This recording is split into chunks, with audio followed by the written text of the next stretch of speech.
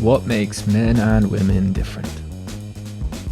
Joining Voicecraft for a dialogue with the energetic and cultural depths of this question is Pamela von Sabljar. Pamela is a powerful presence who speaks and facilitates on leadership, awareness and self-development programs around the world. As a mother, grandmother, and with a basis of embodied exploration of Western and Eastern wisdom traditions, she brings a presence to emergent dialogue that's well characterized by her phrase, living from Eros. Welcome to Voicecraft, and to conversations in a different mode. It's a cheeky question in a way. I really am super interested in your thoughts on this. What makes men and women different? Like the first thing that comes up when you ask that question is, I don't know. Like I really don't know what makes them different. And I do know that for now in my exploration about men and women and the feminine and the masculine and the ones that walks in between, like the fluids, I found right now I'm standing on one of the perspective that I think it's important that we do acknowledge that there is a difference. And I would say a profound difference. And from that starting point, to deeply acknowledge that there is a difference between men and women, that's where I believe we can find each other, like to perhaps going on a journey to truly, firstly, understand ourselves. Like, what is it to be a man? What is it to be a woman? And I do believe just because of the human qualities we all have, like we have empathy, we have compassion, we have the capability of making meaning, that I do think we can be on a quest together to truly be in curiosity, openness, and deep listening to understand what are we and what are we not. And perhaps we can come to a point where from that acknowledgement, I can understand who you are, even if I'm different. So that's one. And the second thing that comes up is I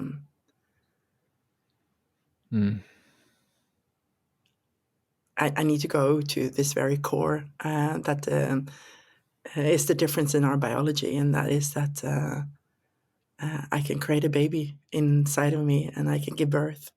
And I am wired to keep this offspring alive.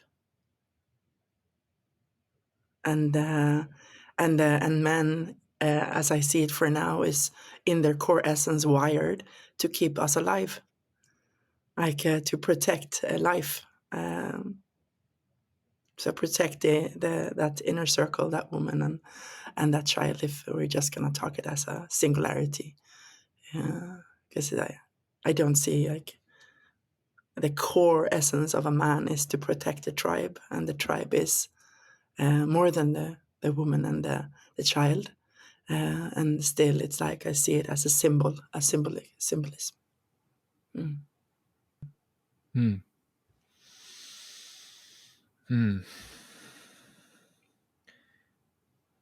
Why is there so much pain and uncertainty that comes up in relation to such a simple question? Can you state the question again? I just want to have it in the middle of the room again. What makes men and women different?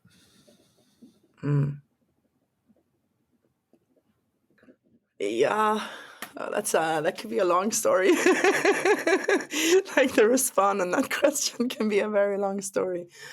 And let me just take a moment and see where it wants to begin in this moment.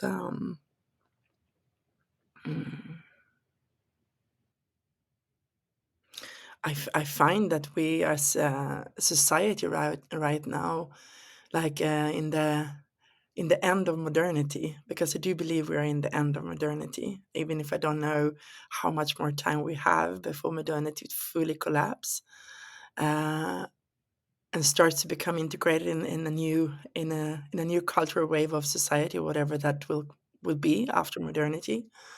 There are some people pointing towards like a meta modern, or yeah, but who knows? Like, and in the end of modernity, we have the postmodernity, and the postmodernity, in its core, is to question and deconstruct ideas. Like, is this really truth? Is there a truth? And identity. And that's one of the beautiful things that I see the end of modernity and postmodernity has brought us. It's a sense of freedom, a sense of we are allowed to question identity into its core, where we can say, let's dissolve into total freedom of choosing who I am and who I want to become, no matter where I come from, what body I'm born into, where I am positioned in society, and so on and so on. And also with the humility that this is not the reality for everyone in the world right now in this point. It depends. It's quite orientated towards like the Western society, and still it's a part of the meme of the culture today globally as well. Um, so that's the beauty, and most things, when we go to the extreme and we work that idea or work that really deeply, uh, we come to a pendulum swing. And right now I see the pendulum swing, or you can also say the shadow of postmodernity, is that we are also questioning truth so deeply, so we're not allowing there to be a universal truth. And in my opinion, now I can notice a bit of hesitation and a bit of like nervousness coming up in my system. And I'm going to be radical honest as well anyway, and say, and I think that's a part of modernity's death, that we're not allowed to have any absolute truth or universal truth left, because I do think there are truths. That's not just one personal truth. And one of them is that because of our biology, men and women are different, and that is something to honor. And that is not something to bring in to the next wave of the culture meme that is created in the society that it's becoming. And I have a strong belief that if we are not honoring that, I think we're quite. We will go into more darkness for a while, but we will come out on the other side, hopefully. I don't know that yet, but I think it's actually crucial, yeah, for what's becoming. So that's the perspective I hold. And personally, 25 plus years ago, I was the mother that raised my kids in the way they raise kids in the postmodern era, like the postmodern culture in like the big cities today in the Nordic, for example, in Sweden, that there is no difference between men and women. I dressed my girl in blue and my boy in pink.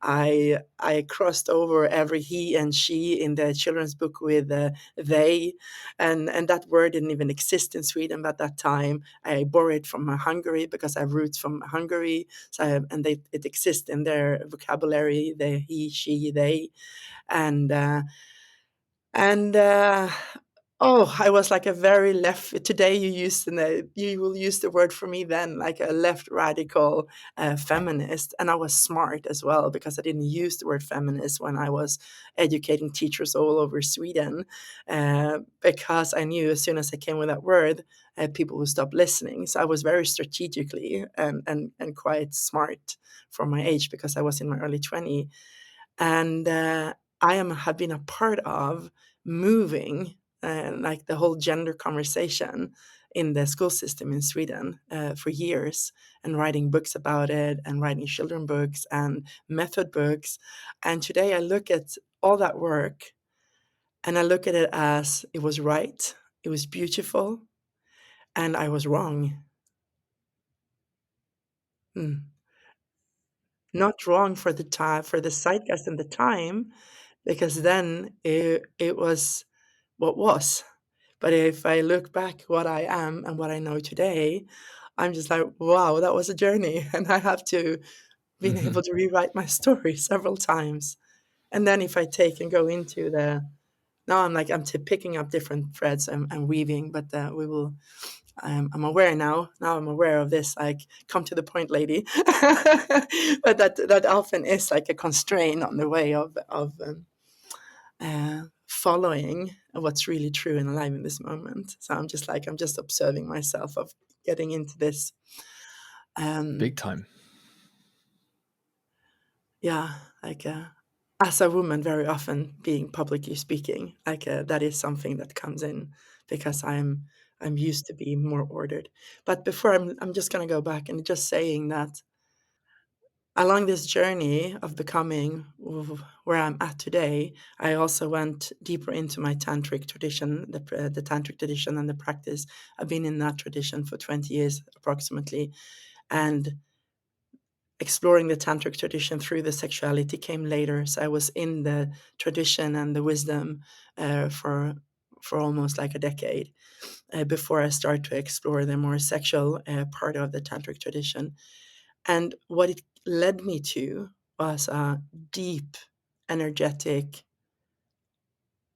and embodied experience of the feminine and masculine polarity, where I needed from a space of phenomenology, like experience, like shift in my consciousness, realizing that the story that I told about men and women is not true. The feminine and masculine is a part of, not the same. Like for me, men and women, like I put it more in like the sex box, like that we have different biology. Masculine and feminine is about, I would say, universal energies. Some people use yin and yang, and it's about polarity, and it's about, and you see them in nature, you see it everywhere, and these two are in a dance, in a collaborative dance together. But both men and women have feminine and masculine qualities within. And if you go deeper into personal and spiritual development, you come very often to a point, and in old traditions as Tao, Tao, Tantra, you often come to a point where it's about the union, where it's about the masculine and feminine qualities having a deeper merge within you. And there is a third thing coming out from there. And some points towards androgynous, like to become more androgynous. It's more about being able to really respond to the present moment with what is needed. Mm. And the pain that I see today, for coming back to your question, is we have been on a long journey of suppression and liberation, both when it comes to women, women's rights, also when it comes to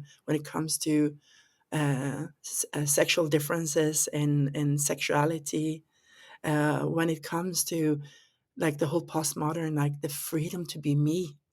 Like, and it's also about how consciousness has developed for 2000 years from a being in a more tribal consciousness, more a unity consciousness, like I am one with the tribe.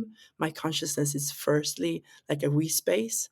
And then we have had like 2000 years of a separate self evolving and coming into a high individual self.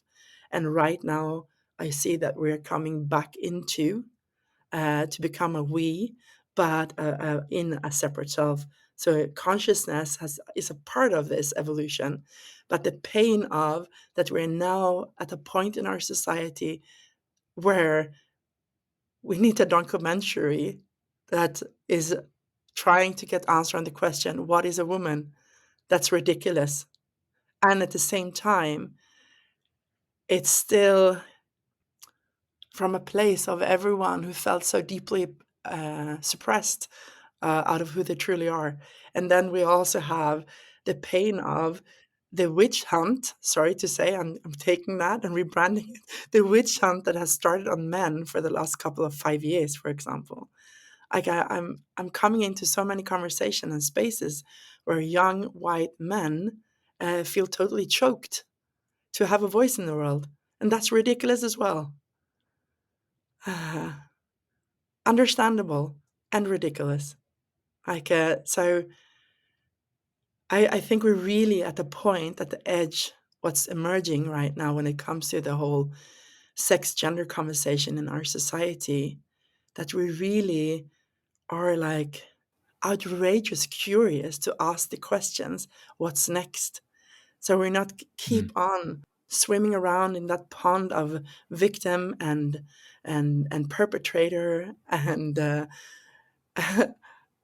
keep on like the blame game, but really saying like, yes, it's been a journey, it's been painful, and we're still on the journey of freedom for everyone, and we are all finding our new voice.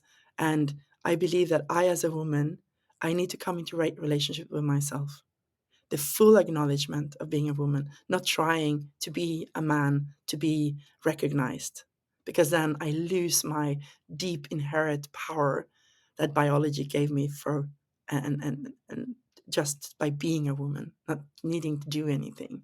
And the same goes for men, that they find the right relationship to themselves, where they can deeply honor, for example, their sacred anger or violence that they're capable of protecting life, like their capability of regenerative brutality, like to kill to serve life. It's intensely beautiful. But what do I need as a woman to work with my nervous system that I've lived through modernity and lived through postmodernity, because I have that in my lineage. Like it's not only, I haven't lived through the whole modernity, but my ancestors have. So how can I do the work to hold that in relationship to a man? As how can a man do the work to let go of so much control so he can be fully present and hold space, so he can hold the chaos that a woman comes with when she is actually in communication with the mystery of the of I don't know if I'm going to say the world or the universe or beyond, like the non-linear part of her that is so fully immersed and in connection. So he can hold that space for her to be that weaving, unpredictably chaotic force, uh, and listen so deep so he can hear what she's pulling forward. And this is a dance between men and women. It's a dance between the feminine, masculine within every single human. And then also the third circle that I just name as the fluid ones is a way of both honoring and a bit provoking, and saying the one who walks in between, they have always existed. They have their righteous place, and they also have to find their right relationship to themselves. And then we need to find the right relationship to each other.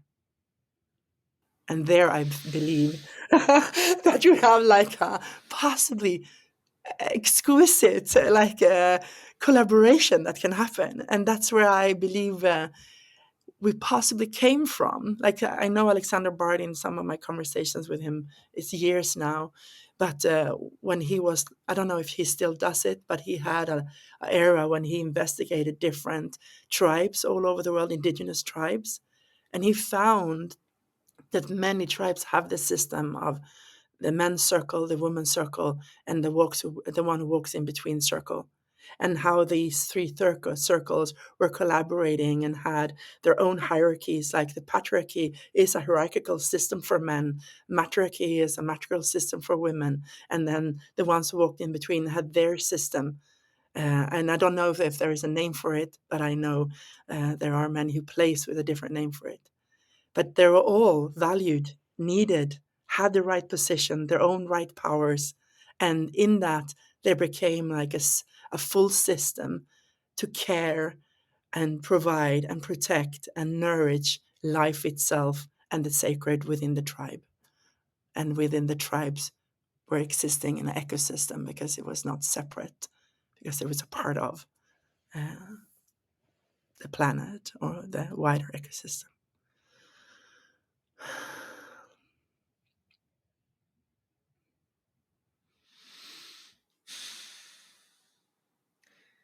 That was beautiful and powerful. Thank you. Hmm. And possibly like 5 conversations if you would start to unpack the different threads. But thank you for your great listening, and yeah, thank you. Yeah, thank you. Well, as you know, I'm very much hoping that we can have many more conversations in different contexts with others where some of these threads, and perhaps some for whom particular threads are more resonant and vital for them to speak to, can contribute to the continuation of the understanding that you're sharing here and that we're participating in here and that we can participate in with others. That's very much the intention. There are a few things I'd love to sort of share in reflection. And of course, I won't be able to reflect everything. There are a number of interesting onward and continued inquiries here in the Voicecraft context and in my own work, where understanding what motivates and from what basis different kinds of expression are becoming, are expressing, is totally fascinating to me. And I very much do find that the language of the masculine and feminine and the biologies that are also connoted in relation is a deeply generative and important angle and basis to speak from. I also recognize that there are other lenses we can bring to that conversation that may involve brain processes. For instance, often spoken about the relationship between the left hemisphere and the right hemisphere, different centers in cognitive processing that are more associated and disposed to recognize and value context and emotionality. And in the case of the left hemisphere, more associated with linearity and serializing and filling out a category without necessarily attending to the unique qualities that an individual constituent of that category is manifesting, and many, many more things. I won't go into that fully, but I find it interesting to note just at least that additional angle. And then to introduce this, because in referencing Alexander Bard's work, and he's been on the podcast before, of course, he will speak about what he refers to as data anthropology and an analysis of the different caste members of a tribe, different categories in a tribe, men, women, fluids, and what have you. And of course, it's critical to attend to that as a context, given that's how we belong together for millions of years before eventually we kind of saturate the hunter-gatherer resources available. So the argument goes, we begin to develop fixed settlement, agriculture. People tell different stories. But certainly now, and this was a case I was making to him as well, more a case that was opening into further conversation than settling anything. But we do come to recognize now that we are several thousand years into civilization and a vast history of myth and canon and different experiments in culture, different experiments in the expression of men and women, different experiments in the expression of archetype. And the language of archetype in the evolutionary context is what I'm circling around here. The question remains very much open for me what it means to participate in evolutionary process now, given the scale and scales at which we exist as creatures of civilization, given the various perturbations in the context of our belonging. We encounter so many different characters in the stories which make up our symbolic repertoire of how we know ourselves. And I'm very curious about the different ways that people identify with archetypes that are already in many respects a complex combination of energies that, from a more broad perspective, and perhaps there's certainly a real depth to that perspective, they're complexes of many facets of the masculine and feminine. And so disentangling how we relate to our own energetic basis or source as it comes through us in the archetypes we might identify with is super curious to me. You know, there are, for instance, I think, kinds of masculine expression, which may be healthy masculine expression, which might not always be direct and might very much be indirect in service of the kind of participation that we actually, you know what, it's super interesting to me because whether or not something's direct or indirect is often a matter of perception and how much we're sharing the same perspective on the territory together. Sometimes people want, just give it to me clear and easy. Hey, just give me to me clear and straightforward. Sometimes that's appropriate because we're sharing a sense of what makes sense to connect. But if you're not seeing something I'm seeing and you just want me to get over there, but if I try and do that, I'm going to hit this tension point or this obstacle that you can't see, but I can, just walking right into a wound, a tension. We're going to blow up long before we actually arrive at that place, which itself could be very valuable. Have we agreed energetically that we're available to actually engage in that kind of conflict potentially or tension right now? These are things that often people aren't thinking about. And so the most direct way to actually arrive at a shared destination may appear to someone else listening like that was just so much indirect circling about, just cut to the point. Well, how certain are we that we're sharing in awareness yet together? And navigating that as a dynamic, I find to be like, it's not clear to me whether to name such a navigation, masculine or feminine. And yet, I do hear and very much do receive as you express the nature of a particular mode of feminine expression as perhaps that more chaotic and, weaving.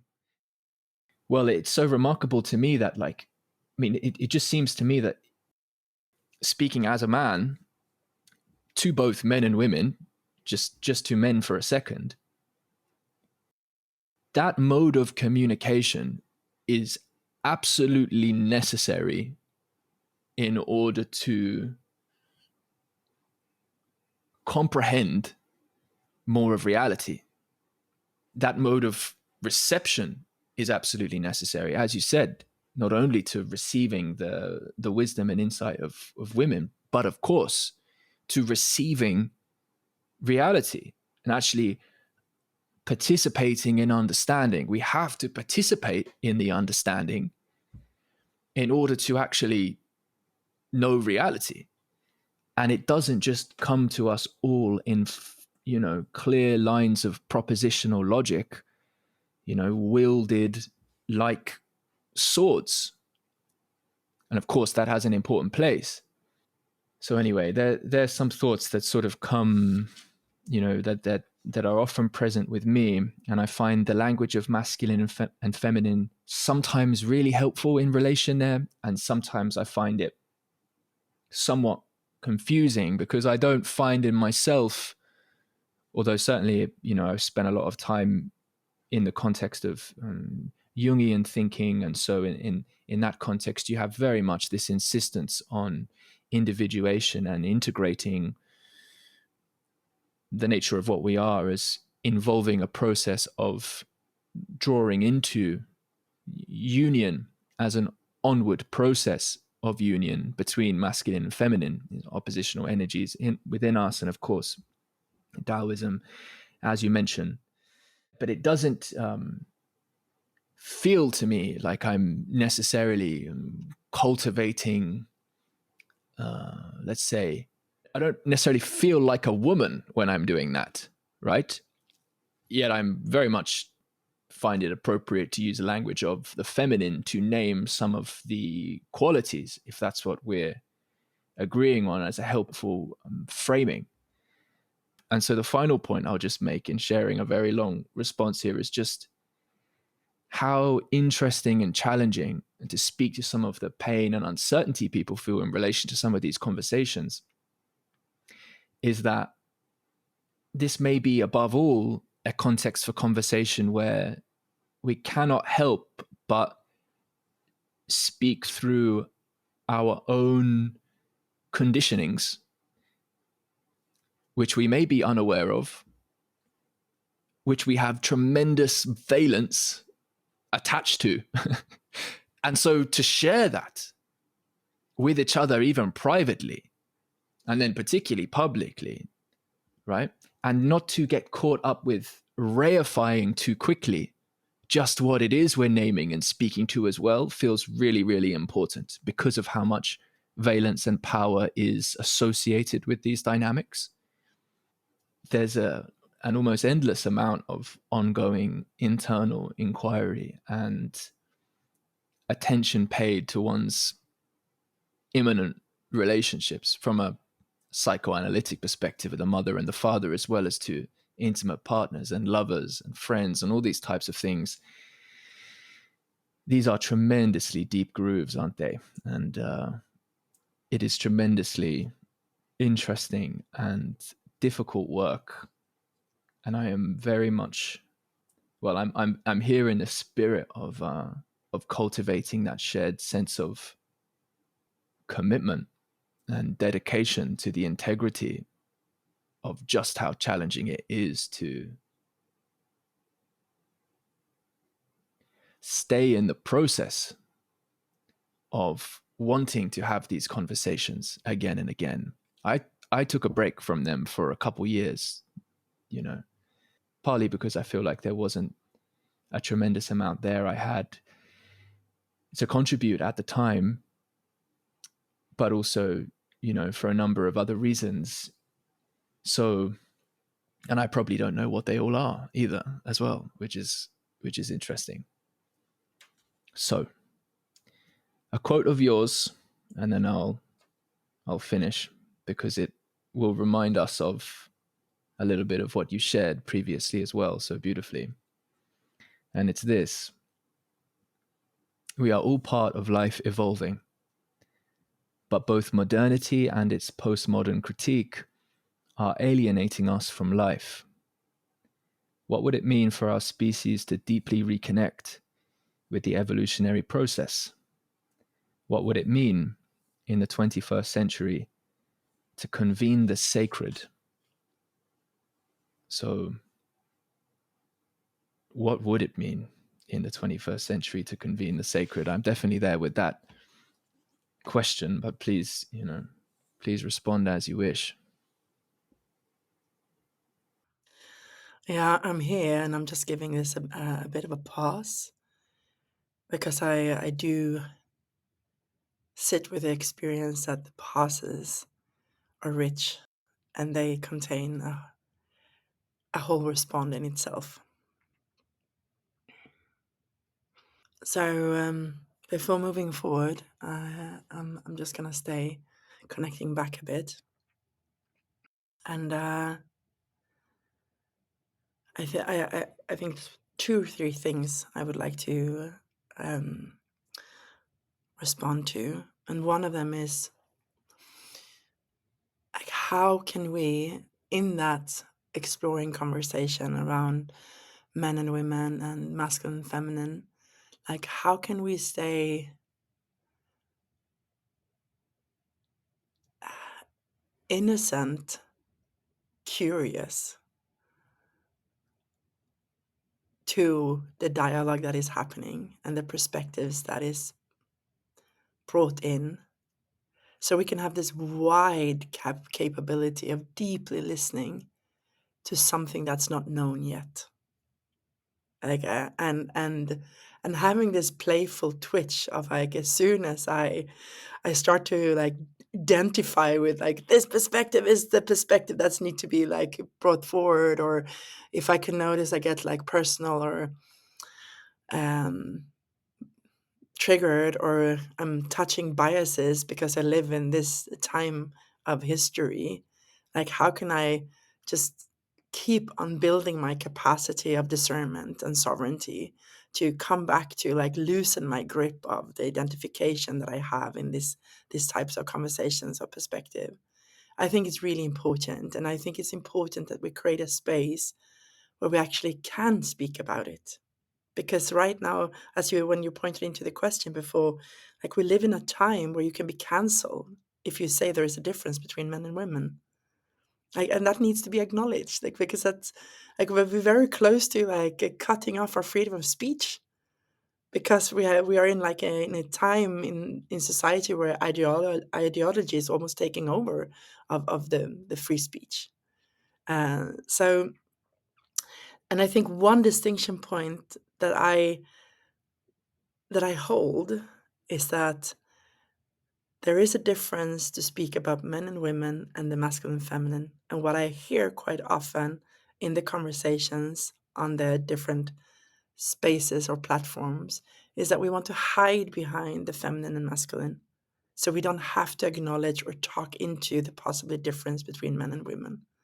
So we use, oh, we all have masculine and feminine within us, every single one. That's true, but don't let that be an argument to hide from the difficult conversation that is hard to have right now about the possible difference of the sex.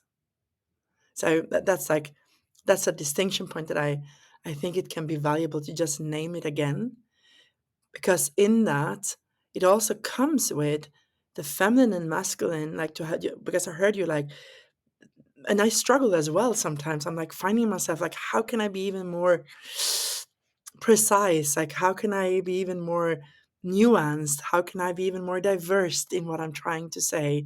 And by and at still at point, um, and and again, like two words that I work with when it comes to like the feminine is receptivity, and when it comes to the masculine is penetrativity, like to penetrate, like two core words, core energies, and I link them then back to our biology, like the woman's genitals is receptive, something is coming in. The man's genital is something that comes out, like it's penetrative, and in them merge together, that's what happens. Like, so in a way, still linking it back to being a man and a woman and the possibly, or I would say the biological differences. And at the same time, I as a woman have both receptivity and penetrativity within me. And in a dialogue, being able, I also think when you were spoken into like the linear and non-linear, the implicit and the explicit, like as you said, if you really is going to take me somewhere, need to find each other first. And that requires a lot of receptivity from both of us to be in that dance of like deeply listening and trying out words. It's like, okay, I hear you say this word, but I don't know what story you have connected to this word. So I don't know if we actually mean the same thing when we're using the same word. So it requires, as you said before, a lot of like dancing, finding, fine tuning, attunement, and like, and it requires us to bring forward the implicit, to see, to create, start to create the image together, a storyline together, so we know that we are as close as we can come together out of the capacity we have of our own receptivity and our way of communicating and taking the implicit and make it explicit. And then, like, the semen, like the sperm of the man, is like, it's about fertilizing the egg. So it's also about like that when we come to making that explicit and penetrative, and we're coming to a point with a perspective or bringing in logic, like to nail it down, that's also a way to prepare to act, like to create, to make something. So it's like and in that, we are more focusing on the explicit. What is it that it's said? Where are we actually going? In what way is this supportive for what wants to happen? And when we are clear enough in the explicit, then we can act separately or together. So that's like and that's dance again, is both between us and within us. And so far, I've been wrong before, as I shared in this conversation, and that's not the only time. I've been wrong quite a lot in my life, even if I was had the deep belief that I was right. And that's so funny. But but where I sit right now in the exploration is that when I am in a conversation or in a collaboration with a man, the biological differences create a possibility for us to become even more. So when I'm with a man that can really hold space for my aliveness, if you want to call it the chaotic, the unpredictable, like the non-linear, the one who's like, like when I started, when you asked the question in the beginning, if I would be explicit, what happened is that I was totally immersed with the potential between us, the potential of this conversation, and where this could take us for 2 hours. So what I did was I could just pick out the implicit core things, you could call it core energy or core information, that was in the field between us. And then I spoke into that and weaved it in like a big storyline. Yeah. So that's what I did. And you could hold that space and listen deeply. So I could just go on until I was like coming to an end, and there was a sense of completion. And at the same time, I did not respond to your question in a proper ordered way with like 5 minutes of speaking into, this is a storyline, this is what we've been, da da da da da da. I did not. But that was not what I was supposed to do in this conversation. So in that, to trust that when we can rest, when I can rest as a woman in my deep inherent, is that how you say it? Like the power that I have just because I'm born as a woman. And that is to be able to read the room, to read the social relational field, to read beyond the linear. Like now we're becoming more into a spiritual realm, like, but read in the mystery and bring that information forward. And when I collaborate with a man who has practice to be in his deep sovereign presence listening, he holds the space long enough for it to come into completion. And from there, bringing it into fertilizing, listening deeply. Wow, there's one perspective that's represent. Here we can take this and continue the direction of where we're going. And now again, when I speak into this, I can notice it comes up directly like a thought of like, and still I'm naming it quite elegant, quite graceful, and still I can't fully word it, because it's almost what I'm trying to point at. It's not really wordable, and I think I would say I'm still lacking some conceptual framing or ideas that would make it even more easy for me to name. Yeah, I think and maybe possibly insecurity as well. But that's, yeah. I just want to speak into. I want to just. I just. Yeah, I just want to speak into that because that's what came alive when you talked before. Uh, so it's like really an honoring of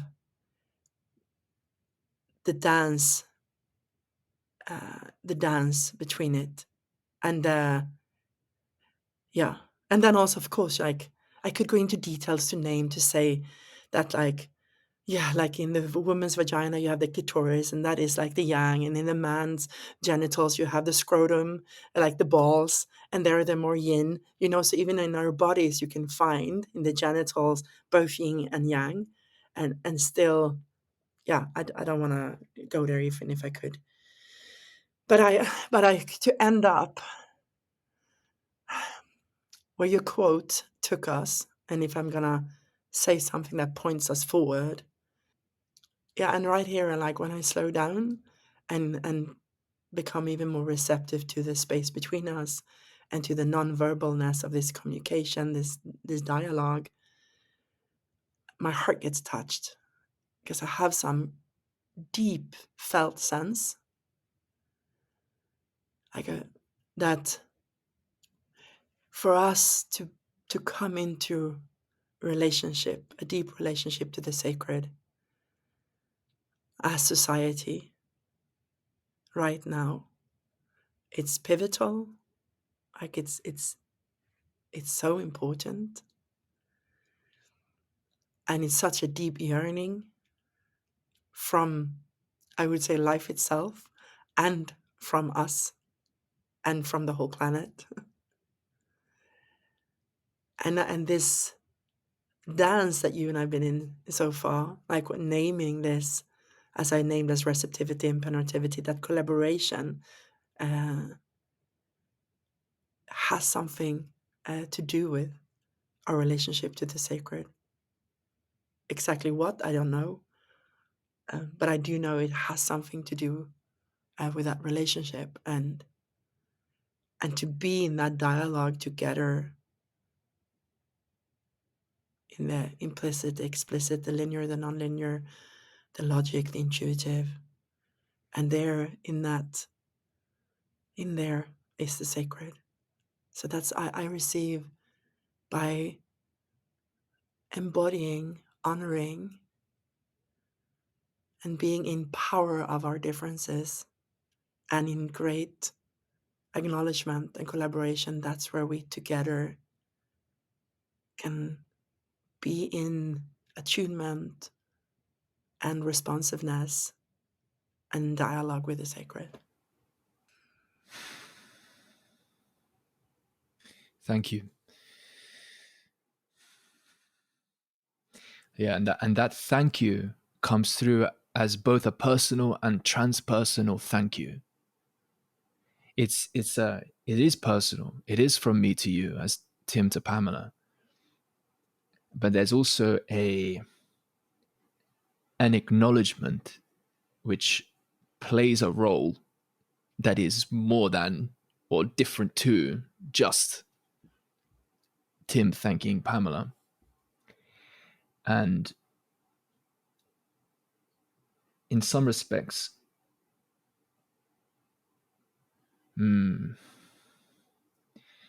yeah, acknowledgement, not so far away from really seeing each other, appreciating each other, and welcoming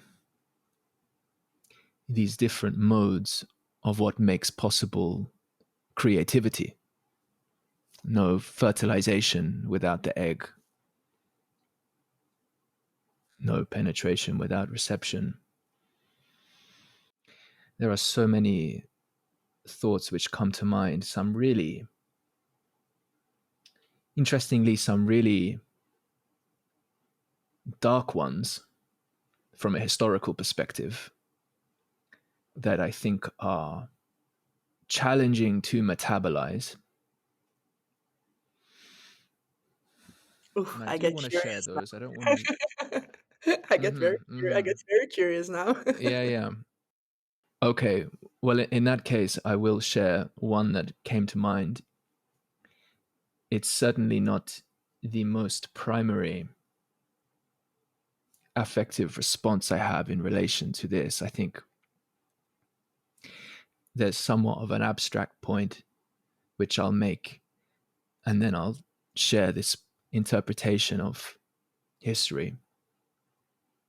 The more abstract point is the fractal quality, not only of this conversation, but the ways in which the notions of penetration and receptivity, in some earlier thinking of mine in response to some very powerful transformative experiences I had about 10 to 12 years ago,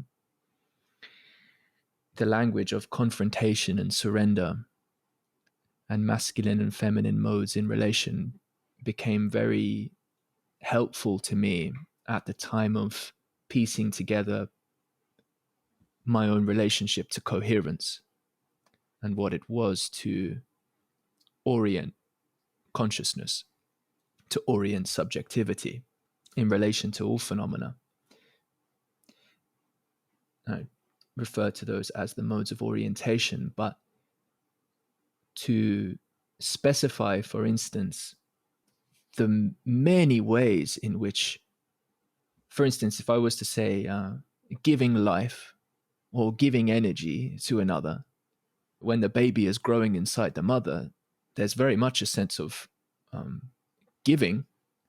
Wouldn't call it penetration, but certainly there's this connection and there's this giving of energy, and there's a reception and a need on behalf of the baby, and so these different, in terms of different language of in say giving and receiving, there are ways in which this shows up interestingly differently. And just one other thought to include, which I found helpful for anyone tracking this particular thread, was just that coming through in what you're expressing has me recognize multiple modes of fertilization, and that one can conceive of a kind of indirect masculine expression as more primarily in service of fertilization and penetration, as distinct from a more indirect mode of feminine expression that may be more in service of receptivity. But both might be appealing to what may be perceived as a kind of non-linearity. And so that is itself something at the level of archetype and modes of expression at different levels of complexity I find really interesting. So I'll park those and share the more dark story. I'll see if I can remember it right. Now, these were a series of lectures I was listening to. It was a well-respected historian of Rome. Okay, quick bit of clarification in advance here. The historian I'm about to reference is the popular historian Tom Holland. I'll share a direct link to his work in the show notes, and the specific point I'm about to raise comes from him. The Romans used the same word for, wait for it, urination and ejaculation. I've since done some further research, and from what I can make out, this is a fairly creative interpretation, though not without some plausible merit. But nevertheless, it's not one I can judge, and the general points in relation, I think, are still relevant. Okay, back to the podcast. I tell you what, if the very notion of a trigger warning is an interesting one, but this is a difficult thing to really swallow about the history of our Western influence, Roman influence. So both for the Romans as for the Greeks and Macedonians, I understand it was seen as acceptable. And I'll say a few things here and they sort of link. Seen as acceptable at a certain point in the life of a man to take, and that word seems appropriate, take rather than cultivate a relationship. Of course, it is a cultivation of relationship of a kind, but very much also a taking of a boy, or at the very least of an adolescent man who might have more feminine qualities as a sexual partner in very much a one-way direction. So there's the older man doing the penetration. In the context of the Romans, that wasn't seen at all. And nor am I arguing it necessarily in the context of our culture, should we see certainly the sexual relations between men as a mark against masculinity necessarily, though of course there may be different modes in which one is showing up in relation, which are very much relevant. But in the context of that, not only were there sort of different social norms in mind for particular age groups at particular times, but I understand that the word for, and if this is wrong, then I apologize, but according to this historian, I understand that the Latin word for urination and ejaculation in a sexual sense were the same. Now, maybe there were other senses and, ways they could be used in context to distinguish. I'm sure there were, but in some important sense, they were the same. And that affect, where the masculine act was seen as, it's okay as long as you're the one on top dominating, so to speak. But also, and it wouldn't be the other way around. That would be looked as being effeminate or not the qualities of a leader if it was the case that the leader or the older man was being penetrated. But that in the context where the act of ejaculation and urination are bound in some sense is very, very interesting. And again, there's, this is the kind of thing where I'd love there to be other scholars to actually, put this into critical evaluation, because I think the, tracing the etymology of words and how they were used in context is really important to get right. But for those who understand, of course, the place of women in the context of ancient Greece and Rome, by and large, we can recognize a particular attitudes towards men and women and relationships to power and their role and what have you, in terms of ownership of man to a wife and what have you. As there are many other sort of supporting realities of these cultures, but just that particular one, where urination and ejaculation in the context of domination from not just man to woman, but in this case also man to man, but in the context of that energy, in the context of that role, I find to be super interesting in terms of how we associate the qualities of leadership that might show up on the world stage, and of course, there are so many factors of historical influence. I'm not making a basic case.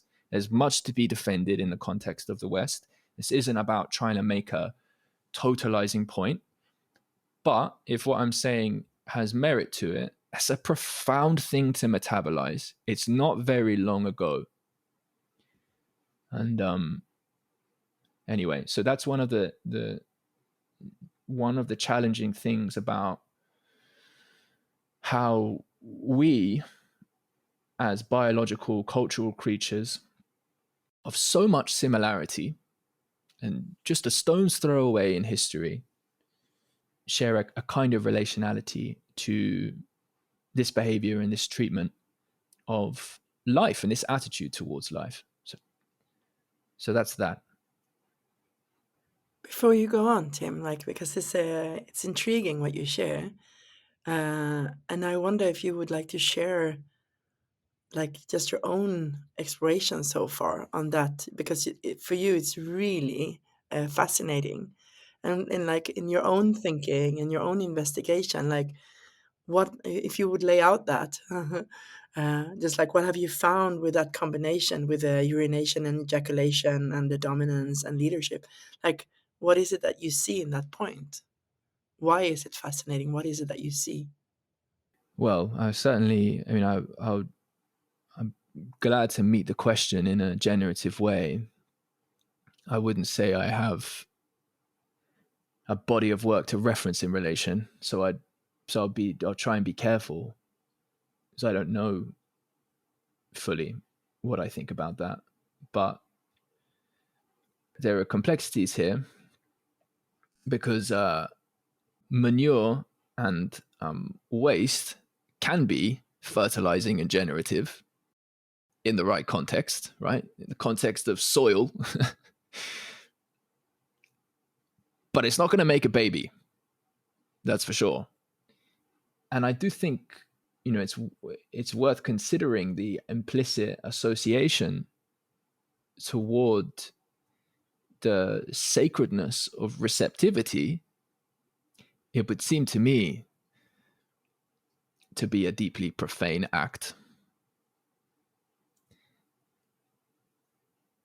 Saying it is like so vulgar, but to urinate in a woman.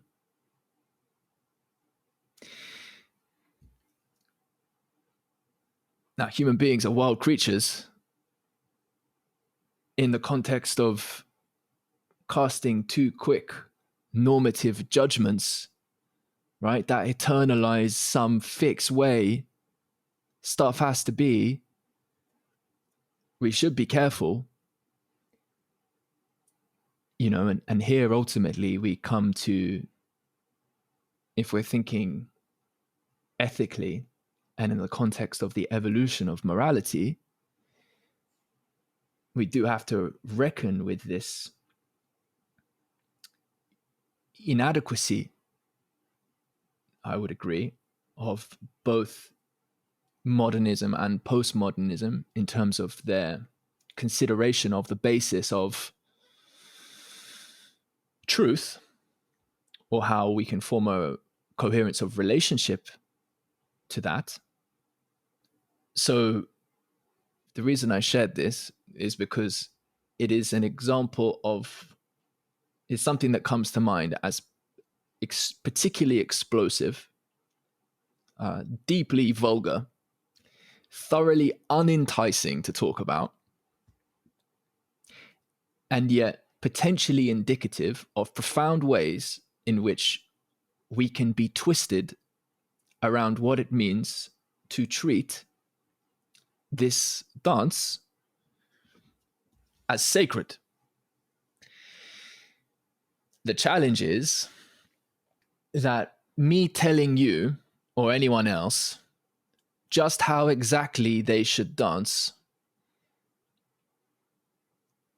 is itself one way to eventually, if I don't step back and allow that dance to become what it wants to become in the context of those who are participating, undergoing that process together, its own kind of tyranny and its own kind of debasing of sacred participation.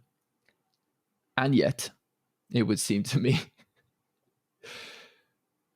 that any culture which sees a vessel for the reception of and creation of life so directly as also something to dominate and excrete waste in isn't one that I want to belong to, right? That can go fuck itself. And yet, we are also those creatures. And these desires and drives and the way they can become expressed are so potently realized in all manner of ways. And so, how to have a conversation which can really hold boundaries while at the same time permit genuine creativity is a wild thing, And so, look, there are some thoughts in relation that was in many ways thoroughly uncomfortable and might be historically inaccurate. Although when I receive that, it is stored in me as authoritative source. And I don't think the leaps of association or logic here are irrelevant. They doubtless could be built out in a better, more direct way, even. And perhaps they should even be built out in a more indirect way. I try to be direct at times, eh? So there you go, Pamela. Jesus. I can notice I'm elevated. I can notice I'm elevated, and I feel animated, and I have a sense of like quite a lot of space and bright light and creativity in our space between us right now. So I can notice like the first impulse is that I really want to say thank you. Like I want to say thank you for expressing exactly what you did. I received you. No matter what you can have for thoughts coming up on the perspective you shared or experience on what you shared, like just the fact that you went to an edge and took us to a point of um, more creativity. Like it requires guts, courage to do that. And I don't know if I interpreted you correctly, but I could like when I start to speak, you're like fuck, like it's almost like it felt like your ego came on board. It's like, what did I just do? Did I just say this? I don't know if that's true or not, but It was there. It it was was there the whole time, for yeah. sure. I'm aware. Yeah. Yeah. Yeah, and I just want to speak into that because when I stopped talking, I was on my way saying, "Whoa!" Now I can notice a vulnerability coming in, like a judgment of like, "Woof, should I really say this?" Like that came. I didn't take the time because you start to speak, but to just share that, like giving thanks to you for holding space and acknowledge my exploration because it's for the human part in me, it's soothing to be acknowledged that I'm not totally far off, because that's I can find myself, when I let go and deeply surrender to be a vessel for what wants to come through. When I go onto the unknown and start to like speak when spoken through, when I go to an edge of the unknown, it's like, wow, what I just said, I didn't have a clue about what I just said, but I know what I said was valuable because I can see it and I can feel it, and it creates a respond. But still, my psyche, both my personal and the collective part of my psyche, gets like contracted because I've been in unknown, and the our psyche, our ego structure, like it wants control and the known. So as soon as we expand beyond um, what's actually just inhibit within ourselves, that reaction will come. So being humans together and acknowledge, like no matter how we do it, verbally or non-verbally, that I'm here with you, and it creates some kind of resonance and it affects the space. Sometimes it creates tensions, and tensions are good because it means that there is something new that wants to come out of it. Sometimes it's elevating us and expanding us directly. That is so valuable, and I think that's a part of the art of dancing in that dialogue together, where we actually are in connection with the sacred. We are in connection with something that is beyond our separate self, and we are in that relationship and that attunement and dialogue together. So I just want to name that as well. And then I just want to name that for me, that was a new knowledge. I don't know this core word, the root of like urination and ejaculation. So, and I could see your fascination, and I know you a bit, and I know your work a bit. So just knowing that you're fascinating gives me a hint that there is something out of importance there, just the way I know you. Mm-hmm. So it's, of course, it gives me like, oh, I wonder what would happen if I leaned in there. And then you point towards like what just came directly for me out of the creativity that came in because you brought us to that edge was, wow, what's interest fascinating, and I'm taking away all of these things that is like that younger man, was he there voluntarily or was he forced? I like all that that we don't know, or I don't know, or we do know because most often maybe there were slaves. I don't know. But I'm taking away all these perspectives and I'm just staying with the newness of the perspective of like that came up in me. I wonder if this was like a structure that was put in place.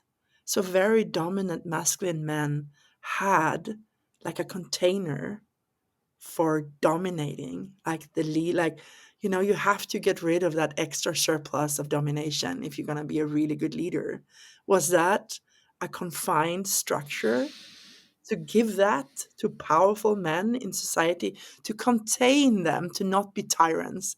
I'm just bubbling out of like, interesting. It's an interesting perspective. I don't know if there is any truth, but that was evoked within me. I was like, because it evoked a quest that I've been on for several years of like prostitution has existed in society and civilizations for a very long time, and I have this quest of like, why is it here?